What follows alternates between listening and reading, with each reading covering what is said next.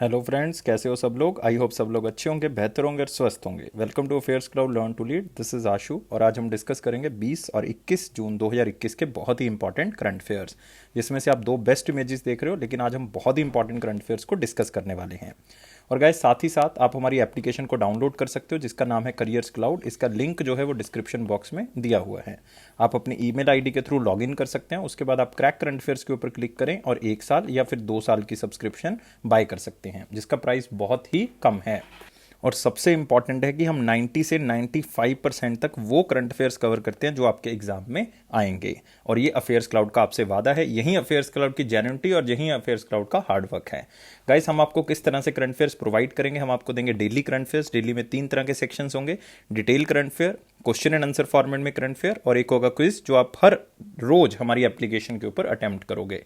फिर होगा weekly session. Weekly में 3 तरह के करंट अफेयर्स मिलेंगे: detail current affairs, question and answer format में, एक होगा क्विज जो आप हर हफ्ते हमारी एप्लीकेशन के ऊपर अटेम्प्ट करोगे। फिर होगा मंथली। मंथली में हम आपको 4 तरह की चीजें प्रोवाइड करेंगे। डिटेल करंट अफेयर्स तो मिलेंगे मिलेंगे, क्वेश्चन एंड आंसर फॉर्मेट में भी करंट अफेयर्स मिलेंगे, बेस्ट 100 करंट अफेयर्स मिलेंगे क्वेश्चन एंड आंसर फॉर्मेट में, और एक मिलेगी पॉकेट पीडीएफ जिसमें 2 लाइन और 3 लाइन में करंट अफेयर्स होंगे ताकि आप अच्छे से करंट अफेयर्स को रिवाइज कर सको। अगर आप अपनी प्रेपरेशन को और अच्छा करना चाहते हो तो इन पीडीएफ्स का यूज करें, जैसे कि टॉपिक वाइज पीडीएफ। 20 बहुत ही इंपॉर्टेंट टॉपिक्स हम ऐसे कवर कर रहे हैं जो हर एग्जाम में आएंगे। और अगर आप किसी भी टॉपिक से रिलेटेड जितनी भी न्यूज हैं वो सारी एक ही पीडीएफ से कवर करना चाहते हो तो इन पीडीएफ्स का यूज कर सकते हो। अगर आप बैंकिंग स्टूडेंट हैं तो इसका मतलब आपको ये 3 सेक्शंस की जरूरत पड़ेगी: डिटेल करंट अफेयर और क्वेश्चन एंड आंसर फॉर्मेट में करंट अफेयर, सिर्फ बैंकिंग और इकोनॉमी के। एक होगा क्विज सेक्शन जो आप हर महीने हमारी एप्लीकेशन के ऊपर अटेम्प्ट करोगे। फिर हम आपको प्रोवाइड कर रहे हैं एक एग्जाम पीडीएफ। इसका मतलब है जितने भी पास्ट करंट अफेयर 2021 के हैं वो सारे एक पीडीएफ से ही आप कवर कर सकते हो, तो एग्जाम पीडीएफ का यूज करें। बजट और इकोनॉमिक सर्वे भी आपको मिल रहा है, जो डिटेल में तो मिलेगा ही मिलेगा, लेकिन एक्सपेक्टेड क्वेश्चन एंड आंसर भी दिएंगे जो आपको एग्जामिनर पूछ सकता है। स्टेट करंट अफेयर्स भी प्रोवाइड कर रहे हैं। अगर आप स्टेट एग्जाम दे रहे हैं तो इसकी जरूरत पड़ेगी, और हम हर स्टेट और यूनियन टेरिटरी को कवर कर रहे हैं। तो मतलब हम बहुत सी चीजें इसमें कवर कर रहे हैं ताकि कोई भी करंट अफेयर किसी भी तरह से आपका छूटे ना, और बहुत ही स्मार्टली हम इसको तैयार करते हैं। और गाइस, इसको सिर्फ एक ही सब्सक्रिप्शन से आप परचेज कर सकते हो। सिर्फ आपने करियर्स क्लाउड को एप्लीकेशन को डाउनलोड करना है, ईमेल आईडी के थ्रू लॉगिन करना है, क्रैक करंट अफेयर्स के ऊपर क्लिक करके 1 साल या 2 साल की सब्सक्रिप्शन बाय कर लें। मेरे कहने पे मत जाएं, एक बार चेक जरूर करें, प्राइस भी चेक करें। आप खुद सरप्राइज हो जाएंगे कितने कम प्राइस पे हम प्रोवाइड कर रहे हैं। और उसके ऊपर 10% एक्स्ट्रा डिस्काउंट अगर आप इस कोड का यूज करते हैं। और आप इस ईमेल आईडी पे हमें संपर्क कर सकते हैं, इस फोन पे कॉन्टैक्ट कर सकते हैं अगर आपकी किसी भी तरह की कोई क्वेरी है। तो स्टार्ट करते हैं आज का करंट अफेयर 20 और 21 जून 2021 का। लेकिन उससे पहले आपने वीडियो को लाइक जरूर करना है यार, शेयर जरूर करना है, सब्सक्राइब जरूर करना है चैनल को। ये काम कर देना है ताकि मोटिवेशन जो है वो मिलती रहे। टेलीग्राम चैनल को ज्वाइन कर लें, लिंक जो है वो डिस्क्रिप्शन बॉक्स में दिया हुआ है। तो आज का सेशन मोस्ट इंपॉर्टेंट क्वेश्चन के साथ, who one European inventor award 2021। तो इस क्वेश्चन में बहुत सी चीजें इंपॉर्टेंट है, जैसे कि यूरोपियन इन्वेंटर अवार्ड क्यों दिया जाता है ये आपको पता होना चाहिए। सबसे बड़ी बात, ये किसको मिला इस बार और कौन सी कैटेगरी के अंदर मिला, क्योंकि ये बहुत सी कैटेगरी के अंदर जो है वो दिया जाता है। लेकिन इस बार जो नॉन ईपीओ कैटेगरी है, पहले मैं आपको बता देता हूं कि यूरोपियन इन्वेंटर अवार्ड किसके द्वारा दिया जाता है। एक ऑर्गेनाइजेशन है EPO organization, European patent office organization. ये ऑफिस का जो हेडक्वार्टर है दोस्तों वो जर्मनी के अंदर है। तो बहुत सी कैटेगरीज हैं इसके अंदर, लेकिन इसमें जो नॉन ईपीओ कंट्रीज कैटेगरी है, मतलब non European patent office category है, उसके अंदर ये अवार्ड मिला है सुमिता मित्रा को। तो याद रखना है, इंडियन अमेरिकन केमिस्ट हैं ये, इनको ये अवार्ड दिया गया है। क्यों दिया गया है? डेंटल फील्ड के अंदर नैनो टेक्नोलॉजी के लिए, उनकी इन्वेंशन के लिए इनको ये काम दिया गया है, ताकि जो दांतों के अंदर फिलिंग होती है, डेंटल फिलिंग होती है, उसको और अच्छा करने के लिए नैनो टेक्नोलॉजी का इन्होंने यूज किया। और उनकी इस इन्वेंशन को बहुत ही सराहनीय माना गया डेंटल फील्ड के अंदर, तो इसीलिए उनको यह अवार्ड दिया गया है। तो आप उनका चेहरा देख सकते हो, सुमिता मित्रा जी का। इनको मिला है European inventor award 2021। Indian American chemist हैं ये। 2-3 चीजें तो आपके मेरे ख्याल से याद रहेंगी जो भी मैंने आपको बताई हैं। और इवन इसी टेक्निक से पूरे आप कह सकते हो कि ग्लोबल लेवल पे 1 बिलियन टूथ्स को, मतलब दांतों को रिस्टोर करने का काम जो है वो हुआ है इस नैनो टेक्नोलॉजी के थ्रू। मतलब अपने आप में एक बहुत बड़ी कामयाबी जो है वो इनकी टेक्नोलॉजी के द्वारा मिली है। और आपको दोस्तों दूसरी चीज पता होनी चाहिए कि यूरोपियन पेटेंट ऑफिस जो है ये अवार्ड प्रोवाइड करता है 2006 से। 2006 से इवन ये जो यूरोप की कंट्रीज हैं उनके लोगों को भी देता है, इवन उसके बाहर के लोगों को भी जो है ये अवार्ड दिया जाता है, जो कि सोसाइटी के लिए कोई इनोवेशन करते हैं, इकोनॉमिक ग्रोथ के लिए कोई इन्वेंशन करते हैं, तो उनको ये अवार्ड दिया जाता है जो सोसाइटी के लिए फायदेमंद होती है। इसमें एक ट्रॉफी दी जाती है, तो और भी चीजें जो हैं वो इसमें सम्मान के तौर पे मिलती हैं, लेकिन आपने ये सारी चीजें जो हैं वो याद जरूर रखनी है, जो भी मैंने आपको अभी तक बताई हैं। ये सारी की सारी चीजें बहुत इंपॉर्टेंट है। और ये European patent office award provide करता है, और इसका हेडक्वार्टर कहां पे? जर्मनी। ये आपको पूछने के चांसेस कम है। नाम और किस फील्ड में मिला है, क्यों मिला है और किसको मिला है, ये चीजें जो है वो सबसे इंपॉर्टेंट है। लेकिन दोस्तों यहां पे जो आप ऑप्शंस देख रहे हो, ये ऑप्शंस भी आपके लिए बहुत ज्यादा इंपॉर्टेंट है। जैसे कि आप देख रहे हो श्यामला घोष, इनको रिसेंटली अवार्ड मिला है ऑर्डर ऑफ राइजिंग सन। क्या मिला है? ऑर्डर ऑफ राइजिंग सन का अवार्ड जो है वो मिला है, ये जापानीज गवर्नमेंट की तरफ से दिया गया। जस्टिस गीता मित्तल, इनको मिला है अर्लाइन पेक्ट अवार्ड, याद रखना है, अर्लाइन पेक्ट award, global vision award 2021। Suresh Mukund, इनको मिला है world choreography award, world choreography award 2020। तो ये सारे अवार्ड्स इंपॉर्टेंट थे आपके लिए। इसी के साथ हम दूसरे क्वेश्चन के ऊपर बढ़ेंगे। Who will take over as crisis hit Punjab and Maharashtra cooperative bank? बहुत टाइम से दोस्तों न्यूज में चल रहा है Punjab and Maharashtra cooperative bank, जिसके ऊपर नवंबर 2021 से जो है वो क्या चल रही है, रिस्ट्रिक्शन चल रही थी, क्योंकि इनके ऊपर डेट जो है वो काफी इंक्रीज हो गया था। और इवन आप कह सकते हो कि एक कंपनी थी जिसका नाम जो है वो क्या था, housing development and infrastructure limited. इसने इतना ज्यादा मतलब आप कह सकते हो कि पैसा बोरो किया हुआ था कि 73% स्टेक जो है वो पीएमसी क्रेडिट बुक के अंदर सिर्फ housing development and infrastructure limited का ही था। जिसके बाद जो है वो आरबीआई ने इनके ऊपर विड्रॉल लिमिट्स लगा दी गई थी। ये मैं बात कर रहा हूं नवंबर 2019 की। और उसके बाद जो है वो आपको पता ही है कि पीएमसी के ऊपर धीरे धीरे करके रिस्ट्रिक्शन जो है वो बढ़ती गई। अब एक फाइनेंशियल कंपनी को ये ऑफर दिया गया है कि पहले वो एक स्मॉल फाइनेंस बैंक को इस्टेब्लिश करें, फिर वो स्मॉल फाइनेंस बैंक को इस्टेब्लिश करके फिर जो है वो पीएमसी को क्या कर सकते हैं, ओवरटेक कर सकते हैं। वो कंपनी का नाम क्या है? Centrum financial services. तो आंसर क्या होगा? डी होगा। मतलब सेंट्रम फाइनेंशियल सर्विसेज पहले स्मॉल फाइनेंस बैंक को इस्टेब्लिश करेंगे, फिर जो है वो पीएमसी को ओवरटेक करेंगे। सिंपल न्यूज, सिंपल तरीके से याद रखनी है, क्योंकि हमारा शुरू से ही प्रिंसिपल रहा है अफेयर्स क्लाउड के अंदर कि यार हम बिल्कुल न्यूज को सिंप्लीफाई कर देंगे ताकि आपके दिमाग में वो चली जाए। और दोस्तों सबसे पहले ये स्मॉल फाइनेंस बैंक बनाएंगे, उनको लाइसेंस मिला है अंडर सेक्शन 22 क्लॉज 1। इसको याद रखना है, ये रेड कलर में आपको दिख रहा है, इसका मतलब बहुत इंपॉर्टेंट है, ये आपको पूछा जा सकता है। Under the banking regulation act ये पहले क्या बनाएंगे, बैंकिंग बिजनेस के अंदर आएंगे और इसका लाइसेंस मिलेगा। और स्मॉल फाइनेंस बैंक स्टैब्लिश करेंगे, इसके लिए उनको कैपिटल इन्फ्यूजन करना पड़ेगा 1800 करोड़ रुपीस का, जो कि आप कह सकते हो सेंट्रम जो हमारे पास कैपिटल लिमिटेड कंपनी है वो करेगी और अपने पार्टनर के साथ मिलकर करेगी, जो कि भारत पे है। तो मतलब ये भी अपने आप में एक इंपॉर्टेंट क्वेश्चन है कि किसके साथ मिलकर ये स्मॉल फाइनेंस बैंक बनाया जाएगा, ये भारत पे के साथ मिलकर बनाया जाएगा। तो सेंट्रम और भारत पे जो है वो 50% शेयर होल्डिंग रखेंगे स्मॉल फाइनेंस बैंक के अंदर। तो अपने आप में ये चीजें क्या हो चुकी हैं, सारी की सारी इंपॉर्टेंट। और इसमें आपने याद क्या रखना है, भारत पे के बारे में याद रखना है। सेंट्रम इतना ज्यादा इंपॉर्टेंट नहीं है, लेकिन फिर भी मैं आपको बता दूंगा। लेकिन भारत पे सबसे इंपॉर्टेंट है, 2018 में स्टैब्लिश किया गया था। चीफ एग्जीक्यूटिव ऑफिसर इसके कौन है? अशनीर ग्रोवर। कौन है? अशनीर ग्रोवर। और इसका हेडक्वार्टर कहां पे है? दिल्ली के अंदर है दोस्तों। कहां पे हेडक्वार्टर? दिल्ली। तो ये सारी चीजें याद रखनी है। सेंट्रम के बारे में याद रख सकते हो कि हेडक्वार्टर मुंबई है, एमडी और सीईओ रंजन घोष है, लेकिन फिर से मैं आपको रिकमेंड नहीं करूंगा कि आप इसके बारे में कुछ भी याद रखें, मतलब आपके लिए इतना ज्यादा इंपॉर्टेंट नहीं है। तो सारी चीजें हो चुकी हैं यहां पे, आप देख सकते हो। अगले क्वेश्चन के ऊपर बढ़ते हैं। अब है दोस्तों पिक्चर से करेंगे, क्योंकि इसके लिए क्वेश्चन तैयार नहीं हो सकता। मतलब मिल्खा सिंह जी के बारे में हम कोई भी क्वेश्चन नहीं तैयार कर सकते।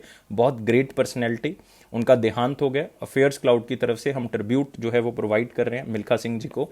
बहुत ही ग्रेट लेजेंड स्प्रिंटर रहे हैं, मतलब दौड़ में उनका कोई भी मुकाबला नहीं है, इसलिए इनको फ्लाइंग सिख भी कहा जाता है, क्योंकि ये पंजाब से बिलोंग करते हैं। सिख कम्युनिटी पंजाब में ज़्यादा है, इसलिए इनको फ्लाइंग सिख भी कहा जाता है।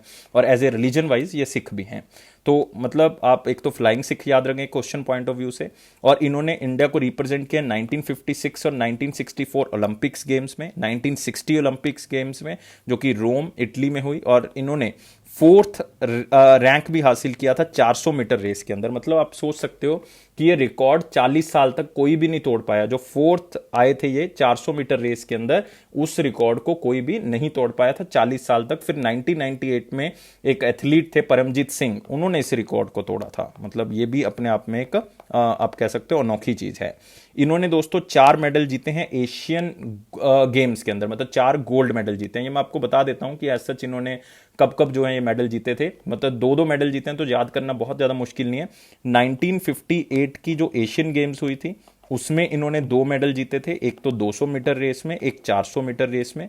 एक दोस्तों इनका याद रखना है कि 1962 में, अगली ही मतलब आप कह सकते हो कि जो एशियन गेम्स हुई थी उसमें इन्होंने जो है वो 2 गोल्ड मेडल जीते, एक 400 मीटर की रेस में, एक 4x400 मीटर रिले रेस के अंदर। तो उन्होंने ये 2 गोल्ड मेडल, तो 2 गोल्ड मेडल 1962 में, 2 गोल्ड मेडल 1958 की रेस में। इन्होंने एक 1958 की कॉमनवेल्थ गेम्स के अंदर भी दोस्तों गोल्ड मेडल जीता था, जो कि कार्डिफ में हुई थी। तो मतलब ये सारी चीजें आपने थोड़ी सी रिकॉल करनी है, याद हो जाएंगी धीरे धीरे करके। पद्मश्री कब मिला है? 1959 के अंदर मिला था इनको, ये भी याद रखना है। और इनकी ऑटोबायोग्राफी का नाम याद रखना है, क्या है? The race of my life and autobiography is the autobiography. और किस पर्सन की है? ऑटोबायोग्राफी ऑफ मिल्खा सिंह, तो one of the legend. The race of my life and autobiography is the autobiography of Milkha Singh. लेकिन एक बात इसमें मैं आपको बताना चाहूंगा कि ये ऑटोबायोग्राफी मिल्खा सिंह के मतलब बाय डिफॉल्ट उन्होंने लिखी है, लेकिन इनके साथ इनकी बेटी भी शामिल थी जिन्होंने इसको को ऑथर किया है। उनका नाम क्या है? सोनिया। तो ये भी आप थोड़ा सा याद रख लें, कई बार आपसे पूछा जा सकता है। और एक चीज इस क्वेश्चन में और पूछी जा सकती है कि इनका जन्म कहां पे हुआ था। तो दोस्तों इनका जन्म आज के अकॉर्डिंग अगर आप देखोगे तो पाकिस्तान में एरिया चला गया है, नाम था उसका गोविंदपुरा। क्या था नाम? गोविंदपुरा। और इनका जन्म जो है वो 1929 में हुआ था। तो ये सारी चीजें थी ग्रेट लेजेंड मिल्खा सिंह जी के बारे में। तो सारी चीजें याद रखनी है A to Z, जितनी भी मैंने बताई है। कोई भी क्वेश्चन बन सकता है, कोई भी क्वेश्चन। तो अभी आते हैं वेरी इंपॉर्टेंट क्वेश्चंस के ऊपर। लाइक करना है यार, वीडियो को शेयर करना है। और यार व्यूज इतने होते हैं लेकिन आप लोग लाइक नहीं करते, तो लाइक जरूर कर दिया करो, चैनल को सब्सक्राइब कर दिया करो, ताकि हमें मोटिवेशन मिलता रहे कि आप लोग इसको पसंद कर रहे हो। और आपका जो ये आपको जो प्रॉब्लम आ रही है कि वीडियो जो है वो लेट आता है हिंदी का, ये मैंने आपको पहले ही बताया था, 1-2 दिन का प्रॉब्लम रह गया है। तो मतलब हम जल्दी इसको रिजॉल्व कर रहे हैं, मतलब सुबह आपको वीडियो मिल जाया करेगा।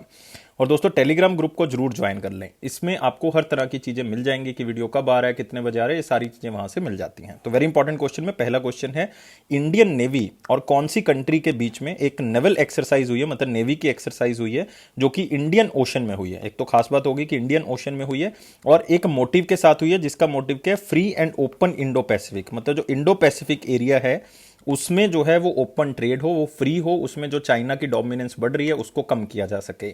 और ये 2 कंट्रीज कौन सी है? इंडियन नेवी और जापान की नेवी के बीच में ये एक्सरसाइज हुई है। तो दोस्तों याद रखना है, मतलब इस एक्सरसाइज को एज सच हम कोई नाम नहीं दे रहे, लेकिन एक मोटिव है free and open Indo Pacific, जो कि 3 पिलर्स के ऊपर खड़ा हुआ है। वो 3 पिलर्स कौन कौन से हैं? एक तो इसमें बात की गई है promotion and establishment of rule of law, मतलब कोई एक प्रॉपर जो है वो लॉ होना चाहिए जिसमें इसमें ट्रेड हो सकता है। फ्रीडम ऑफ नेविगेशन, हम अपनी मर्जी से यहां पे घूम सकते हैं। और ट्रेड जो है वो फ्री होना चाहिए इस इंडो पैसिफिक एरिया में, और भी छोटी मोटी चीजें। इकोनॉमिक प्रॉस्पेरिटी होनी चाहिए, मतलब इकोनॉमिक लेवल पे जो है वो सारी कंट्रीज को जो है वो एक जैसा मौका मिलना चाहिए, जैसे कि कनेक्टिविटी इंप्रूव होनी चाहिए, वो सारी कंट्रीज के लिए बराबर होनी चाहिए। पीस और स्टेबिलिटी होनी चाहिए। तो ये 3 पिलर्स के ऊपर ये पूरा का पूरा मिशन खड़ा हुआ है, जिसका नाम है free and open Indo Pacific. और चाइना की डोमिनेंस को हमने कम करना है। और जापान के साथ वैसे भी दोस्तों हम बहुत सी एक्सरसाइज करते हैं, जैसे कि धर्मा गार्डियन। धर्मा गार्डियन जो है वो एक मिलिट्री एक्सरसाइज है जो इंडिया और जापान के बीच में होती है। एक दोस्तों हमारे पास है मालाबार एक्सरसाइज। मालाबार एक्सरसाइज लेकिन ओनली जापान के साथ नहीं है, ये इंडिया, जापान और यूनाइटेड स्टेट्स ऑफ अमेरिका की ट्राइलेटरल एक्सरसाइज है। एक हमारे पास होती है जिम एक्स। जिम एक्स का मतलब है जापान इंडिया मैरीटाइम एक्सरसाइज, ये भी नेवी की हमारे पास क्या है? एक्सरसाइज है। तो ये तीनों एक्सरसाइज जो है वो आपने याद रखनी है, तो तीनों जापान के साथ। नेक्स्ट आते हैं दोस्तों अगले क्वेश्चन के ऊपर। अगला है, for how much time period Antonio Guterres reelected as United Nation secretary general for second term. ये तो सबको पता है कि यूनाइटेड नेशन के जो करंटली सेक्रेटरी जनरल है वो एंटोनियो गुटेरेस हैं, लेकिन उनका टाइम पीरियड दोस्तों 31 दिसंबर 2021 को खत्म हो जाएगा। लेकिन ये टाइम पीरियड तो खत्म हो गया, लेकिन उनको दूसरी टर्म के लिए चुन लिया गया है। कितने टाइम पीरियड के लिए? उनको चुना गया 5 साल के लिए। मतलब उनका टाइम पीरियड 1 जनवरी 2022 से स्टार्ट होगा और 31 दिसंबर 31 दिसंबर 2026 तक जाएगा।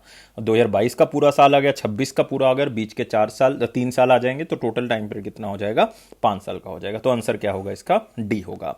और आपने ये भी याद रखना है कि एंटोनियो गुटर्स कौन सी कंट्री से बिलोंग करते हैं, पोर्तुगल से बिलोंग करते हैं। इवन वो फॉर्मर प्राइम मिनिस्टर भी रह चुके हैं, कौन सी कंट्री के, वो रह चुके हैं पोर्तुगल के। तो ये सारी चीजें जो है वो आपने याद रखनी है, जितनी भी मैंने अभी तक बताई हैं, क्योंकि ये सबसे ज्यादा इंपॉर्टेंट है जो आप याद रखोगे, क्योंकि इसी के बेस पे आपको क्वेश्चन जो है वो बनना है। और एक बात और याद रखनी है, अभी तक कोई भी वुमेन सेक्रेटरी जनरल नहीं बनी है, किसकी, यूनाइटेड नेशंस की। और यूनाइटेड नेशन के बारे में मेरे ख्याल से सारे बच्चों को पता है, 1945 में यूनाइटेड नेशन को स्टैब्लिश किया गया था। इंडिया भी इसका मेंबर है, 193 कंट्रीज मेंबर है। इसका सेक्रेटरीट मतलब इसका हेडक्वार्टर जो है वो कहाँ पे, New York, United states of America. और ये जो पूरा निर्णय लिया गया है, ये यूनाइटेड नेशन सिक्योरिटी काउंसिल की तरफ से लिया गया। ये अपना निर्णय यूनाइटेड नेशन जनरल असेंबली को सुनाते हैं, फिर जनरल असेंबली में एज सच वोटिंग होती है, जो कि मतलब बहुत ज्यादा मैटर नहीं करती, क्योंकि United nation security council already चुन चुकी हैं। तो ये सारी चीजें याद रखेंगे। और इस बार 75th सेशन जो है वो यूनाइटेड नेशन जनरल असेंबली का चल रहा है, उसको प्रिजाइड कौन कर रहे हैं, वोल्कन बोस्कीर। वोल्कन बोस्कीर, ये भी आपने याद रखना है। तो सारी चीजें हम इस क्वेश्चन के अंदर कवर कर चुके हैं। अगले क्वेश्चन के ऊपर बढ़ते हैं। विच बैंक लॉन्च्ड कोविड-19 रिलीफ प्रोग्राम घर घर राशन। बहुत ही अच्छा प्रोग्राम लॉन्च किया। आरबीआई की इंस्ट्रक्शंस है कि हर बैंक ने कोविड-19 से रिलेटेड कोई ना कोई चीज जो है वो स्टार्ट करनी है। जैसे कि रिसेंटली एसबीआई ने स्टार्ट किया, अभी जो है वो आईडीएफसी फर्स्ट बैंक ने जो है वो इसको स्टार्ट किया। तो आंसर क्या होगा, सी होगा। ये क्या है दोस्तों, एक फंड बनाएंगे कोविड-19 फंड, जो कि एम्प्लॉयज फंड होगा। मतलब हर एम्प्लॉय की एक दिन की सैलरी जो है वो इस कोविड केयर फंड में जाएगी, कोविड-19 फंड में जाएगी। और ये उन अपने कस्टमर्स को, जो कि आईडीएफसी बैंक के कस्टमर्स हैं, तो जो लो इनकम कस्टमर्स हैं, उनको जो है वो अलग अलग राशन किट्स जो हैं वो प्रोवाइड करेंगे। तो इसलिए इसका नाम क्या रखा गया, घर घर राशन प्रोग्राम। आप देख सकते हो ये एम्प्लॉय फंड है, जिसमें हर महीने का एक दिन जो है वो एम्प्लॉय का जितना पैसा होगा वो डाला जाएगा। और इनका टारगेट है कि हमने 50,000 लो इनकम कस्टमर्स को टारगेट करना है, जिनको ये फंड जो है वो दिया जाएगा। अब फंड किस तरह से दिया जाएगा, अगर रूरल एरिया में वो कस्टमर्स हैं तो उनको ये राशन किट्स जो है वो प्रोवाइड की जाएंगी। राशन किट्स में जो है वो बेसिकली 10 किलो राइस या आटा होगा, 2 किलो दाल होगी, 1 किलो शुगर और नमक होगा, 1 किलो जो है वो कुकिंग ऑयल होगा, 5 जो है वो अलग अलग तरह की स्पाइसेस होंगी, चाय होगी, बिस्किट्स होंगे। तो ये सारी चीजें प्रोवाइड की जाएंगी अगर वो रूरल एरिया में है तो किट्स मिलेंगे। लेकिन अगर वो अर्बन एरिया में है तो उनको 1800 रुपए का एक लोडेड कार्ड मिलेगा। उस कार्ड के थ्रू जो है वो ये चीजें जो है वो खरीद सकते हैं, क्योंकि उन्होंने अनुमान लगाया हुआ है कि ये सारी चीजें जो हम उसमें दे रहे हैं ये 1800 रुपए की आपको मिल जाएंगी, इसलिए वो 1800 रुपए का कार्ड प्रोवाइड करना है। तो ये तो हो गया कि जो बेसिकली घर घर राशन प्रोग्राम आईडीएफसी का है। लेकिन आईडीएफसी ने एक एम्प्लॉय कोविड केयर स्कीम भी चलाई है, जिसमें उन फैमिलीज को, एम्प्लॉयज की उन फैमिलीज को जो है वो फायदा देंगे जो कि अपनी जान कोविड-19 में दे चुके हैं। तो उनका मतलब देहांत हो चुका है कोविड-19 के कारण, तो उसमें उनको जो है वो कोविड केयर स्कीम के अंदर जो है वो लिया जाएगा। तो ये सारी चीजें आपने याद रखनी है, जितनी भी मैंने बताई हैं। और आईडीएफसी फर्स्ट के बारे में जरूर याद रखें कि इससे पहले आईडीएफसी बैंक था 2018 से पहले, एक कैपिटल फर्स्ट बैंक था, दोनों को मर्ज करके क्या बनाया गया, आईडीएफसी फर्स्ट 2018 के अंदर। इसका हेडक्वार्टर कहां पे दोस्तों, मुंबई के अंदर है। और इसके एमडी और सीईओ कौन है, वी वैद्यनाथन। इसी के साथ अगले क्वेश्चन के ऊपर बढ़ेंगे। A book titled monk in a merc authored by whom. तो एक मॉन्क इन ए मर्क का मतलब है, मर्क का मतलब मर्सिडीज। मतलब यार इसका मतलब है कि मर्सिडीज थी उनके पास, तो इसका मतलब बहुत ही अच्छा लाइफस्टाइल था उनके पास, बहुत पैसा था, अच्छी लाइफ थी, इवन लग्जरियस लाइफ थी। लेकिन साथ में मॉन्क भी लिखा हुआ, मतलब इस लग्जरियस लाइफ के होते हुए भी वो अपना जीवन जो है वो एक मॉन्क की तरह जो है, एक भिक्षु की तरह जो है वो व्यतीत करते थे। और ये बुक किसने लिखी है, अशोक पंगारिया जी ने इस बुक को लिखा है। तो याद रखना है, पहले तो अशोक पंगारिया बुक बहुत ही इंपॉर्टेंट है, कवर पेज देख सकते हो, मर्सिडीज यहां पे बनी हुई है और मॉन्क इन ए मर्क लिखी हुई है अशोक पंगारिया जी ने। और मैं आपको बताना चाहूंगा अशोक पंगारिया जी का रिसेंटली देहांत हुआ है दोस्तों, जून 2021 में। एक आप कह सकते हो उन्होंने इस बुक के अंदर अपनी लाइफ, उसके एक्सपीरियंसेस, किस तरह से वो खुश रहते थे, मेंटल किस तरह से उनका पीस रहता था, इतनी लग्जरियस और प्रोफेशनल सक्सेस के बाद भी जो है वो किस तरह से उन्होंने इसको अचीव किया है, तो उसके बारे में लिखा। और जो हमारे पास अशोक पंगारिया जी बहुत ही फेमस न्यूरोलॉजिस्ट थे और इनको पद्मश्री अवार्ड भी जो है वो मिल चुका है। और एक बात और बताना चाहूंगा कि जो अशोक पंगारिया जी हैं ये मतलब ब्रदर हैं किनके, ये अरविंद पंगारिया जी के ब्रदर हैं। और अरविंद पंगारिया जी जो हैं वो फर्स्ट वाइस चेयरमैन थे नीति आयोग के, क्योंकि चेयरमैन तो प्राइम मिनिस्टर ही होते हैं, तो फर्स्ट वाइस चेयरमैन थे दोस्तों नीति आयोग के, तो उनके ब्रदर भी हैं। और रिसेंटली जून 2021 में ही एक अरविंद पंगारिया जी की बुक रिलीज हुई है, मतलब इनके ब्रदर की बुक रिलीज हुई है, my father the extra ordinary story of an ordinary man. My father the extra ordinary story of an ordinary man. तो ये भी आप याद रख सकते हो, मतलब किसी न किसी तरह से क्वेश्चन आपको पूछा जा सकता है। तो बाकी ऑप्शंस भी दोस्तों बहुत ही इंपॉर्टेंट है यहाँ पे, जैसे कि आप देख रहे हो यहाँ पे पहली बुक का नाम लिख रहा है आपको विक्रम संपत। विक्रम संपत ने एक बुक लिखी है जो कि रिलेटेड है हिस्ट्री से, और उन्होंने एक पर्सनैलिटी के बारे में इसमें जो है वो बताया हुआ है। वो पर्सनैलिटी है सावरकर, वीर सावरकर, मतलब कह सकते हो वीडी सावरकर। तो उनका सेकंड फेज लिखा है उन्होंने 1924 से 1966 तक का, क्योंकि इससे पहले वाला फेज उन्होंने पहले एडिशन के अंदर लिखा था। रवि शास्त्री जो इंडियन क्रिकेट टीम के कोच हैं, उन्होंने एक बुक लिखी थी स्टार गेजिंग। तो याद रखना है, स्टार गेजिंग नाम से एक बुक लिखी, प्लेयर्स इन माय लाइफ की कौन से प्लेयर्स ने उनको प्रभावित किया है। शिवशंकर मेनन, इन्होंने लिखा इंडियन एंड एशियन जियोपॉलिटिक्स। तो याद रखना है इंडिया एंड एशियन जियोपॉलिटिक्स, तो ये बुक इन्होंने लिखी थी। तो सारी चीजें इंपॉर्टेंट है, सारी बुक्स इंपॉर्टेंट है। इसी के साथ अगला क्वेश्चन, विच स्टेट लॉन्च्ड मुख्यमंत्री उद्यमी योजना स्कीम। तो इसमें आपको मैं बहुत ही इंपॉर्टेंट चीज बताने जा रहा हूं कि जो मुख्यमंत्री उद्यमी योजना स्कीम है, बेसिकली ये एक स्कीम नहीं है, इसके अंदर जो है वो दो स्कीम्स हैं। एक तो मुख्यमंत्री महिला उद्यमी योजना है, मतलब एक तो महिलाओं के लिए है, महिला, और एक क्या है मुख्यमंत्री युवा उद्यमी योजना, एक यंगस्टर्स के लिए है। और ये दोनों स्कीम्स किसने स्टार्ट की हैं? बिहार ने। तो आप देख सकते हो बिहार के चीफ मिनिस्टर नीतीश कुमार जी ने स्कीम को लॉन्च किया, दोनों को लॉन्च किया। दोनों में क्या क्या मिलेगा? मुख्यमंत्री महिला उद्यमी जो योजना होगी उसमें महिलाओं को, जो अनएम्प्लॉयड औरतें हैं बिहार स्टेट की, उनको 10 लाख रुपए जो है वो मिलेगा, ताकि वो एक नया बिजनेस या कोई स्मॉल इंडस्ट्री अगर मतलब वो स्टार्ट करना चाहती है, उनके मन में कोई आइडिया है तो वो स्टार्ट कर सकते हैं। लेकिन इस 10 लाख रुपए को एज ए लोन दिया जाएगा। लेकिन 10 लाख को में कैसे वो फायदा लेंगी? दो किस्तों में होगा। 5 लाख रुपए के ऊपर कोई मतलब इंटरेस्ट नहीं देना, कोई पैसा वापिस नहीं करना, मतलब एक तरह से ये सरकार की तरफ से क्या है, सब्सिडी है। तो 5 लाख रुपए तो वापिस ही नहीं करना, 5 लाख रुपए वापिस करना है, इसके ऊपर कोई इंटरेस्ट नहीं है, वो भी आप इंस्टॉलमेंट में वापिस करोगे, 7 साल के अंदर वापिस करना है। तो मतलब महिलाओं के लिए ये एक बहुत ही आप कह सकते हो सुनहरी मौका है कि 5 लाख 10 लाख में से 5 लाख तो आपने वापिस ही नहीं करना, जो 5 लाख वापिस भी करना है उसके ऊपर कोई इंटरेस्ट नहीं देना। सेम ही स्कीम युवा उद्यमी योजना है, उसमें भी जो यंगस्टर्स होंगे, अनएम्प्लॉयड यूथ होंगे, उनको 10 लाख रुपया दिया जाएगा कोई इंडस्ट्री एंटरप्राइज स्टार्ट करने के लिए। इसमें ऑलमोस्ट सेम है चीजें, एक चीज को छोड़ के कि 5 लाख रुपए तो इनको मिलेगा एज ए सब्सिडी, मतलब सरकार की तरफ से दिया जाएगा, लेकिन जो 5 लाख होगा वो इंटरेस्ट फ्री नहीं होगा औरतों की तरह, इसमें 1% इंटरेस्ट जो है वो उनको देना पड़ेगा। तो मतलब वो भी धीरे धीरे करके इंस्टॉलमेंट्स में दे सकते हो। तो ये दोस्तों बिहार गवर्नमेंट का जो है वो रिसेंटली स्टार्ट किया गया, इसको जरूर याद रखना है जो भी उन्होंने निर्णय लिया है इसके बारे में। और साथ ही साथ आपने याद रखना है कि जो बिहार की कैपिटल है वो तो पटना है, गवर्नर फग्गू चौहान जी हैं, फग्गू चौहान, यहाँ पे लिख देता हूँ मैं, आपको याद रहेगा, फग्गू चौहान। और चीफ मिनिस्टर नीतीश कुमार जी हैं। और यहाँ पे आपको एक बहुत ही फेमस दोस्तों क्या मिलेगा, नेशनल पार्क मिलेगा। वो कौन सा मिलेगा? Valmiki national park. Otherwise wild life sanctuaries यहाँ पे बहुत हैं, जैसे राजगिर वाइल्ड लाइफ सेंचुरी है, कन्वर लेक बर्ड सेंचुरी है, यहाँ पे विक्रमशिला डॉल्फिन सेंचुरी है, काइमूर वाइल्ड लाइफ सेंचुरी है, लेकिन वाल्मीकि नेशनल पार्क याद रखेंगे। नेक्स्ट आते हैं दोस्तों अगले क्वेश्चन के ऊपर कि India targeted to end tuberculosis या TB in India by which year.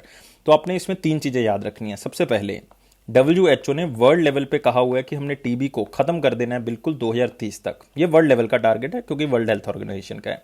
दूसरा, इंडिया ने एक टारगेट रखा है कि हमने क्या बनानी है, वैक्सीन बनानी है टीबी की, ग्लोबल लेवल पे एक वैक्सीन बनाएंगे टीबी की, वो 2023 तक बनाएंगे। लेकिन तीसरा टारगेट इंडिया का क्या है कि एंड करना है यार टीबी का, इंडिया का कौन से ईयर तक इन्होंने कहा है कि हम इसको एंड कर देंगे, 2025 तक। तो ये तीनों चीजें आपने याद रखनी है, तीनों अलग अलग क्वेश्चन में आपको पूछी जा सकती हैं कि वर्ल्ड लेवल पे तो 2030 में खत्म करने का लक्ष्य है, हमने इंडिया में रखा हुआ 2025 तक इसको खत्म करेंगे। तो काफी जगह पे आपको 2028 लिखा हुआ मिलेगा, तो वो बहुत पुराना हो चुका है, पहले 2028 था, अब 2025 है।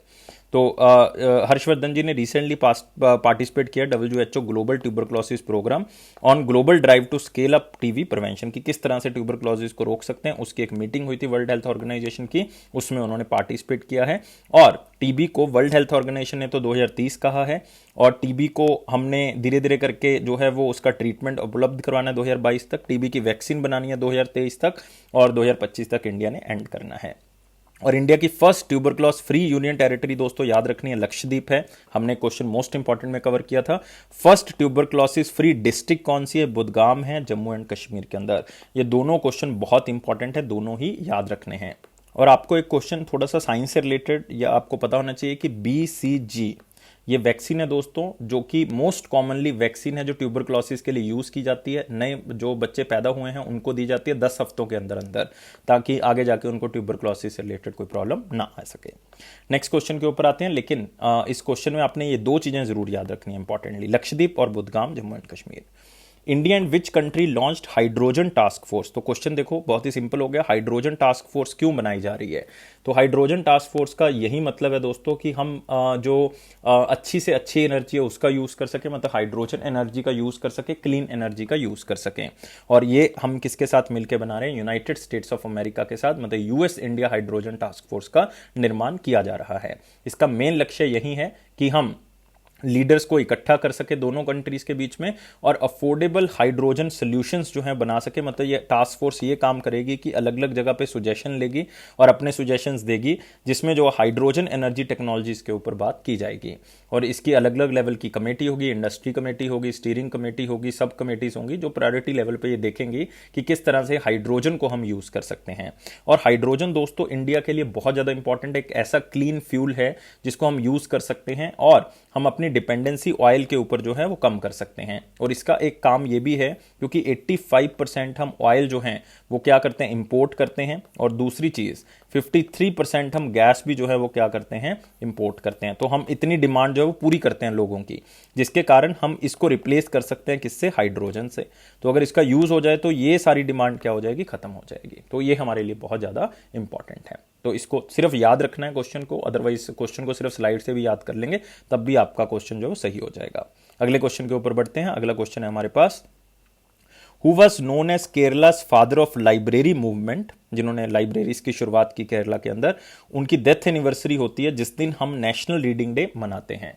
तो सबसे पहले आपको यह पता होना चाहिए कि यह नेशनल रीडिंग डे जो है वो कब मनाया जाता है। फिर हम देखेंगे कि किसकी डेथ एनिवर्सरी पे बनाया जाता है, जिनको Kerala father of library movement भी कहा जाता है।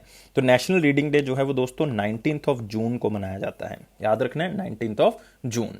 और इसका मेन जो है वो मकसद यही होता है कि स्टूडेंट्स को इनकरेज कर सके कि रीडिंग का किस तरह से महत्व है। और किसको कहा जाता है Kerala's father of library movement? P N Panikkar को कहा जाता है। यह भी याद रखना है, पीएन पानीकर को कहा जाता है, क्योंकि आप कह सकते हो कि पीएन पानीकर एक ऐसे पर्सन थे जिन्होंने Kerala association for non formal education और डेवलपमेंट को इस्टेब्लिश किया, ऐसी मूवमेंट चलाई, टोटल लिटरेसी मूवमेंट चलाई, या इन्होंने जो है वो लाइब्रेरी मूवमेंट के नाम से जो वो केरला के अंदर जो है वो library council, Kerala state library council को इस्टेब्लिश किया। तो इसलिए पीएन पानीकर को कहा जाता है Kerala's father of library movement. तो आप देख सकते हो नेशनल रीडिंग डे 19 जून 2021। तो दो चीजें डिक्लेयर की गई हैं, एक तो रीडिंग सप्ताह और एक रीडिंग मंथ। तो रीडिंग सप्ताह तो 19 जून जिस दिन इसको मनाया जाता है, 25 जून तक एक हफ्ता एज ए रीडिंग वीक रहेगा, national reading day as a reading week. और 19 जून मतलब जब से ये रीडिंग डे मनाया गया, और 18 जुलाई तक एक महीना पूरा एज ए रीडिंग मंथ रहेगा। तो ये भी आपने दोनों चीजें याद रखनी है। और सबसे पहली बार नेशनल रीडिंग डे 1996 में मनाया गया था, मतलब आप कह सकते हो कि ये 26th नेशनल रीडिंग डे इस बार हम क्या कर रहे हैं? सेलिब्रेट कर रहे हैं। तो इतनी चीजें जो है वो आपने याद रखनी है। इसी के साथ हम अगले क्वेश्चन के ऊपर बढ़ेंगे। Which company joined world economic forum partnership for new work standards initiative? तो यार कोविड के कारण आपको पता है कि mental level, economic level, society का सोशल लेवल जो आपका है, ये सारा कुछ जो है वो आप कह सकते हो कि सप्रेस हो चुका है। मतलब लोग जो है बहुत ज़्यादा परेशान है तीनों लेवल पे। तो उसको ठीक करने के लिए न्यू वर्क स्टैंडर्ड जो है वो लेके आएंगे, वर्ल्ड इकोनॉमिक फोरम ने ये कहा है। और इंडिया की किस कंपनी ने, जो इंडिया में बहुत बड़ा रोल प्ले करती है, तो किसने उसको ज्वाइन किया कि हम भी उसको इंप्रूव करेंगे? तो वो विप्रो ने कहा है। तो विप्रो जो है ह्यूमन फर्स्ट वर्क स्टैंडर्ड्स लेके आएगा, मतलब जो कर्मचारी कहेंगे उसके बेस पे जो है वो काम होगा। और नए फ्रेमवर्क्स होंगे जिसमें नए टूल्स और टेक्नोलॉजीज का क्या किया जाएगा? यूज किया जाएगा। तो उनको फिजिकल लेवल पे अच्छा रखा जाएगा, सोशल लेवल पे, फाइनेंशियल लेवल पे और मेंटल लेवल पे उनकी देखरेख की जाएगी। इस तरह का इन्वायरमेंट जो है वो तैयार किया जाएगा, हेल्दी इन्वायरमेंट तैयार किया जाएगा। तो इस क्वेश्चन को सिर्फ आप स्लाइड से ही तैयार कर लें, अदरवाइज इसमें और कुछ भी इंपॉर्टेंट नहीं है। और मैं आपको एक चीज और बताना चाहूंगा विप्रो के बारे में। विप्रो की गन्ना अगर आप कहोगे तो वर्ल्ड की टॉप कंपनीज में होती है, और इसका गठन 1971 में हुआ था। इसका हेडक्वार्टर जो है वो क्लॉगनी है। क्लॉगनी मतलब स्विट्जरलैंड के अंदर है। नेक्स्ट आते हैं अगले क्वेश्चन के ऊपर। मोस्ट इंपॉर्टेंट क्वेश्चंस खत्म कर चुके हैं, इंपॉर्टेंट क्वेश्चंस पे आते हैं। लाइक करना है वीडियो को, शेयर करना है और चैनल को सब्सक्राइब कर देना है। और जितने भी बच्चे देख रहे हैं यार वीडियो को, वो लाइक जरूर कर दिया करें, लाइक प्रेस कर दें, मोटिवेशन मिलता है इससे। और आप टेलीग्राम ग्रुप को ज्वाइन कर सकते हैं, जिसका लिंक जो है वो डिस्क्रिप्शन बॉक्स में दिया हुआ है। इसमें क्वेश्चन है, इंडिया और which country signed an MOU for developing cooperation between the two countries in the area of environment. तो कीवर्ड हमारे पास क्या आ गया कि दो कंट्रीज ने एक समझौता किया एनवायरमेंट के लिए, ताकि एनवायरमेंट के अंदर जो है वो हम अच्छा काम कर सकें। और वो कंट्री हमारे पास कौन सी है? भूटान है। तो आज हमने दो एनवायरमेंट के रिलेटेड काम किए हैं। एक तो हाइड्रोजन टास्क फोर्स बनाया है यूनाइटेड स्टेट्स ऑफ अमेरिका के साथ, एक एनवायरमेंट से रिलेटेड काम किया किसके साथ? भूटान के साथ। तो यहाँ पे याद रखना है, तो एनवायरमेंट में सारी चीजें आ जाएंगी। इसमें जो है वो आप कह सकते हो हमने डिजास्टर मैनेजमेंट के ऊपर भी काम करना है, क्लाइमेट चेंज के ऊपर भी करना है, वेस्ट मैनेजमेंट के ऊपर भी करना है, केमिकल मैनेजमेंट के ऊपर भी करना है, एयर पोल्यूशन के ऊपर भी करना है। ये सारी चीजों के ऊपर काम करेंगे। तो इंडिया और भूटान ने ये पैक्ट साइन के, सिंपल तरीके से इसको याद रखेंगे, इसलिए इसको इंपॉर्टेंट क्वेश्चंस में ले रहे हैं। लेकिन बहुत से बच्चों को भूटान के बारे में ज्यादातर कैपिटल ही पता होती है, प्राइम मिनिस्टर भूटान के शायद काफी बच्चों को नहीं पता होगा। तो याद रखने, उनका नाम क्या है? उनका नाम है लोते, लोते शेरिंग, लोते शेरिंग, SHTSHERING। और कैपिटल क्या है ये सारे बच्चों को पता होगा, थिम्पू है दोस्तों कैपिटल। और करेंसी क्या है? भूटानीस नगुलत्रम। क्या है? नगुलत्रम, नगुलत्रम भी बोल सकते हैं। तो किसी भी तरह से इसको याद कर सकते हैं।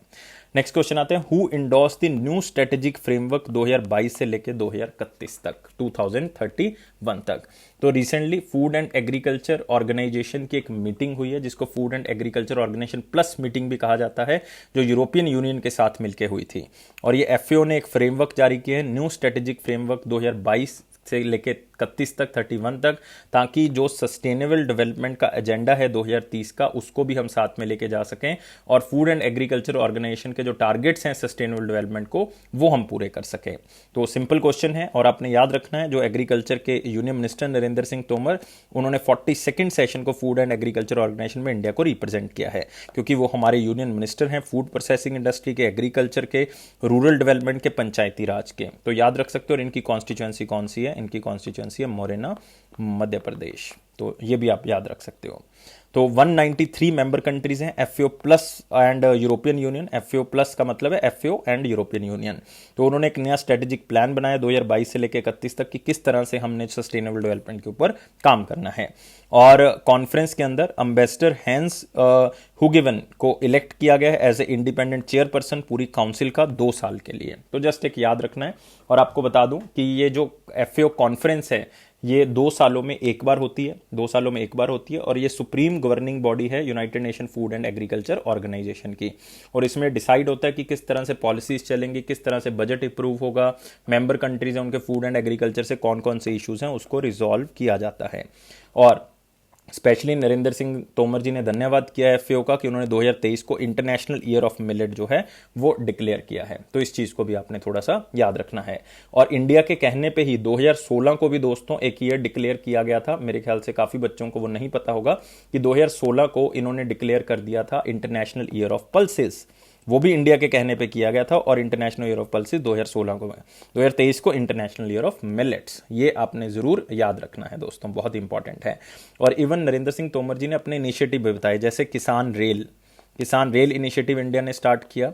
ये दोस्तों जो हमारे पास आप कह सकते हो कि हमने रेफ्रिजरेशन फूड जो है, जो जल्दी फूड खराब हो जाता है, तो उसको आप ठंडे तरीके से अगर ट्रांसपोर्ट करोगे तो वो खराब नहीं होगा। जैसे दूध हो गया, डेयरी प्रोडक्ट्स हो गए, तो वो खराब नहीं होंगे। तो ऐसी रेल स्टार्ट की गई थी किसान रेल, ताकि एक जगह से दूसरी जगह पे उन आइटम्स को भी ट्रांसफर किया जा सके जो ठंडी जगह पे रहती हैं तो ठीक रहती हैं, अदरवाइज खराब हो जाएंगी।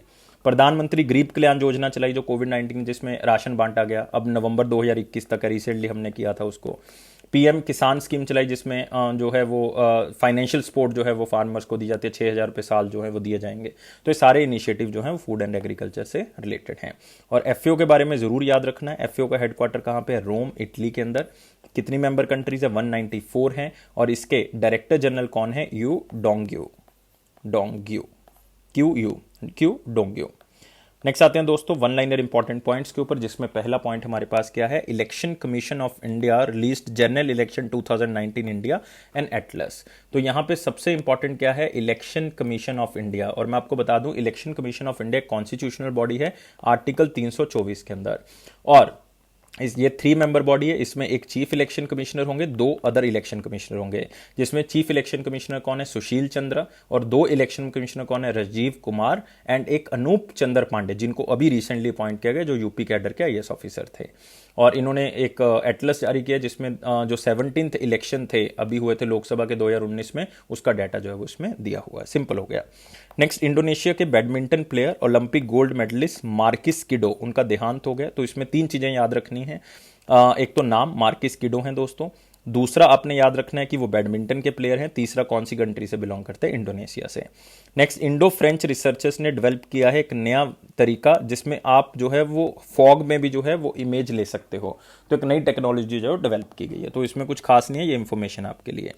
यूनियन कैबिनेट ने अप्रूव किया इनलैंड वेसल बिल 2021। तो ये इसमें 2 चीजें इंपॉर्टेंट है। एक तो आपको एग्जामिनर पूछ सकता है कि इनलैंड वेसल बिल जो है मतलब वो क्या करेगा। इनलैंड वेसल बिल का मतलब है जो हमारे देश के अंदर रिवर चलती हैं, मतलब एक तो हो गया समुद्र जिससे हम दूसरी कंट्रीज के साथ जो है वो लाइक ट्रेड कर सकते हैं, व्यापार कर सकते हैं। एक लाइक आपने मान लो यूपी से मध्य प्रदेश में कोई व्यापार करना है तो आप पानी के रास्ते भी तो कर सकते हो। रिवर्स जाती हैं अलग अलग स्टेट्स में जो जुड़ती हैं, लाइक पंजाब हरियाणा की जुड़ती हैं या और स्टेट्स की जुड़ती हैं, तो आप ट्रेवल जो है वो इसके थ्रू भी कर सकते हो और इसके थ्रू अपना सामान भी बेच सकते हो। तो यही है दोस्तों इनलैंड वेसल बिल की 4000 किलोमीटर का जो हमारा इनलैंड वाटरवे है उसको एक रूल के तहत जो है वो कंट्रोल किया जाएगा। क्योंकि अभी भी क्या है, अभी भी चल रहा है ये इनलैंड वेसल जो सिस्टम है, लेकिन ये स्टेट्स अपने हिसाब से रूल बनाती हैं। लेकिन इनलैंड वेसल बिल 2021 के अंदर क्या कर दिया गया, पूरे इंडिया के अंदर एक ही रूल जो है वो काम करेगा। अब आपको स्टेट से परमिशन लेने की जरूरत नहीं है, किसी भी यूटी से परमिशन लेने की जरूरत नहीं है, आप सीधा जो है वो एक रूल के तहत काम करोगे। तो ये है इनलैंड। और कितने 4000 किलोमीटर का जो हमारा आप कह सकते हो कि शिप्स जो हैं वो स्ट्रीमलाइन करेंगे, इसके अंदर करेंगे। नेक्स्ट आते हैं, और इसमें एक बात आपने और याद रखनी है कि ये पुराना बिल जो है वो कौन सा था, 1917 का था, उसको रिप्लेस कर देगा ये 2021 वाला। और इसमें मिनिस्ट्री ऑफ पोर्ट शिपिंग और वाटरवेज का सबसे बड़ा रोल है। तो मिनिस्टर ऑफ स्टेट कौन है, मनसुख मंडाविया जी, जो कि राज्यसभा से मेंबर हैं गुजरात के। Next, pay point India signed pact with banks NBFCs for lending services. मतलब इसमें सबसे इंपॉर्टेंट जो मैं कहूंगा लाइन के अंदर वर्ड जो है वो पे पॉइंट इंडिया है, जो कि एक टेक्नोलॉजिकल इनेबल्ड डिस्ट्रीब्यूशन नेटवर्क है, फाइनेंशियल सर्विसेज प्रोवाइड करता है। यह बैंक्स की मदद से जैसे पंजाब नेशनल बैंक, आईसीआईसी और नॉन बैंकिंग फाइनेंशियल कंपनी जैसे बजाज फाइनेंस, पिरमल हाउसिंग, इनकी हेल्प से जो है वो लोगों तक लोन जो है वो पहुंचाएगा। तो लोन बेसिकली कौन प्रोवाइड करेगा, बैंक और नॉन बैंकिंग फाइनेंशियल कंपनीज, और उसको आप कह सकते हो सर्विसेज कौन प्रोवाइड करेगा, ये करेगा पे पॉइंट इंडिया। मतलब उसको डिस्ट्रीब्यूट कौन करेगा, पे पॉइंट इंडिया करेगा। Next, force people displacement increase to 82.4 million in 2020। ये रिपोर्ट है किसकी, ये है यूएनएचसीआर की। तो सबसे पहले आपको बताना चाहिए यूएनएचसीआर का मतलब United nation high commissioner for refugees, जिसका हेडक्वार्टर जेनेवा स्विट्जरलैंड के अंदर आपको मिल जाएगा। तो इनके अकॉर्डिंग जो है वो लोग बहुत ज्यादा डिस्प्लेस हो जाएंगे बिकॉज ऑफ कोविड-19। आप कह सकते हो 1% पूरे वर्ल्ड की पॉपुलेशन जो है वो क्या हो जाएगी, डिस्प्लेस हो जाएगी फोर्सिफुली। मतलब उनका मन नहीं करेगा लेकिन फिर भी वो क्या हो जाएगी, डिस्प्लेस हो जाएगी। तो उसके अलग अलग कारण हैं, लेकिन ये रिपोर्ट उन्होंने दी है। नेक्स्ट आते हैं दोस्तों क्वेश्चन ऑफ द डे। 19 जून 2021 का क्वेश्चन क्या था, बहुत ही सिंपल था। What is the type of the banking where banks operate only from a single branch. अब यार अगर बैंक की एक ही ब्रांच है तो बाय डिफॉल्ट जो है उस ब्रांच को क्या कहा जाएगा। तो नाम से यहां से क्लियर है कि उस ब्रांच को क्या कहा जाएगा, यूनिट बैंकिंग कहा जाएगा। आंसर क्या होगा, बी होगा। यूनिट का मतलब सिंगल ब्रांच बैंकिंग। ऐसा ही क्वेश्चन एक और है, क्वेश्चन ऑफ द डे के अंदर हम उसको कवर करेंगे। What do we call the type of banking carried out by the non-bank financial intermediaries such which provide services similar to those of traditional commercial banks। मतलब उन banking system को क्या कहेंगे जो कि नॉन बैंकिंग फाइनेंशियल कंपनीज की help से जो है वो सर्विसेज प्रोवाइड करते हैं जो कि कमर्शियल बैंक्स प्रोवाइड करते हैं। तो उस तरह की बैंकिंग को हम क्या कहते हैं, सोच के आंसर देना है, कमेंट बॉक्स में आंसर देना है। सबके आंसर की मैं वेट कर रहा हूं। लाइक जरूर कर देना यार वीडियो को, जितने भी बच्चे देख रहे हैं। चैनल को सब्सक्राइब कर दें और शेयर कर दें मैक्सिमम टू मैक्सिमम, ताकि रीच जो है वो इंक्रीज हो सके। बेल बटन को प्रेस कर दें, टेलीग्राम को जो है वो ज्वाइन कर लें डिस्क्रिप्शन बॉक्स लिंक से, ताकि नोटिफिकेशन आपको ऑन टाइम मिल सके। और ये अफेयर्स क्लाउड का प्रॉमिस है कि ये आपके कॉन्फिडेंस को जरूर बूस्ट करेगा। और गाइज वीडियो देखने के लिए बहुत बहुत शुक्रिया। इसी तरह से सपोर्ट करते रहें और आगे बढ़ते रहें। खुश रहें, खुश रहोगे तो एग्जाम जल्दी क्लियर होगा। लाइफ को बहुत ज़्यादा सीरियस नहीं लेना। Thank you guys, take care and bye bye.